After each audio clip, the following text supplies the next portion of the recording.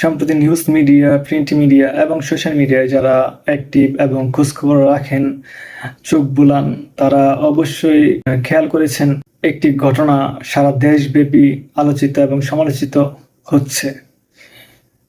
আমি জানি না এটা কতদিন থাকবে,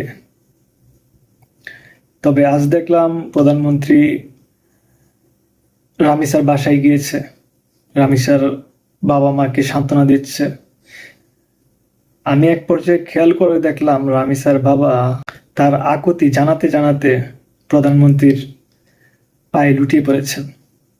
তখন প্রধানমন্ত্রী তাকে সান্ত্বনা দিচ্ছেন এবং আশ্বাসও হয়তো দিচ্ছেন, এবং এই ভিডিও, এই ফুটেজ এবং এই ক্লিপ যখন সোশ্যাল মিডিয়ায় ভাইরাল হচ্ছে, নিউজ মিডিয়ায় দেখানো হচ্ছে, তখন তাদের সেখানকার কমেন্ট সেকশনে ব্যাপক পরিমাণ পজিটিভ দিক কমেন্টস করছেন প্রধানমন্ত্রীর পক্ষে। আমি প্রধানমন্ত্রীর পক্ষে তখনই পজিটিভ কথাবার্তা বলবো, ওনাকে বাহবা দিব, এখনই দিব না, জানি না দিতে পারবো কিনা। আমার মনে হয় না আমি কখনো প্রধানমন্ত্রীকে বাহবা বা তাকে নিয়ে পজিটিভ দিলেন লিখতে পারবো, কেননা এটা বাংলাদেশ, এখানে বিচার কখনোই কার্যকর হয় না।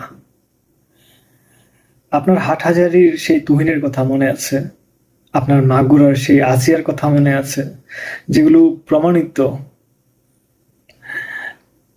সেগুলোর ফাইল এখনো পড়ে আছে, সেগুলোর বিচার কার্যকর এখনো বাস্তবায়ন হচ্ছে না। চিন্তা করে দেখেন আমি কিভাবে আপনাদের মতো করে তাকে বাহবা দিব,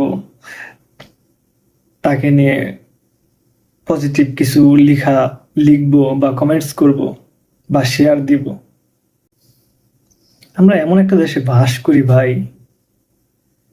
অনেকে এটার বিচার চাচ্ছে, অনেকে বলছে যে এটা যথাযথ একটা উপযুক্ত বিচার হওয়া দরকার। আমরা একবারও গভর্নমেন্টকে পুশ করতে পারি না, কারণ আমরা হলো জুম্মার ক্ষীর বা মিষ্টি খাওয়ার অভ্যস্ত জাতি। তো সপ্তাহে একদিন জুম্মায় আপনার মিষ্টি দেয়, সেই লোভে আমরা মসজিদে নামাজ পড়তে যাই, তারপরে আমরা আর মসজিদমুখী হই না, নামাজ পড়ি না। আমরা তো সেই জাতি ভাই। আজ রামিসার ঘটনাটি তরতাজা আছে, তাই আমরা আজ কথা বলছি, কালকে আমরা কথা বলবো না, হয়তো কাল বলবো, পরশু বলবো, তারপর হয়তো বলবো না, এটা ঠান্ডা হয়ে যাবে সেই তুহিন এবং আসিয়ার মতো।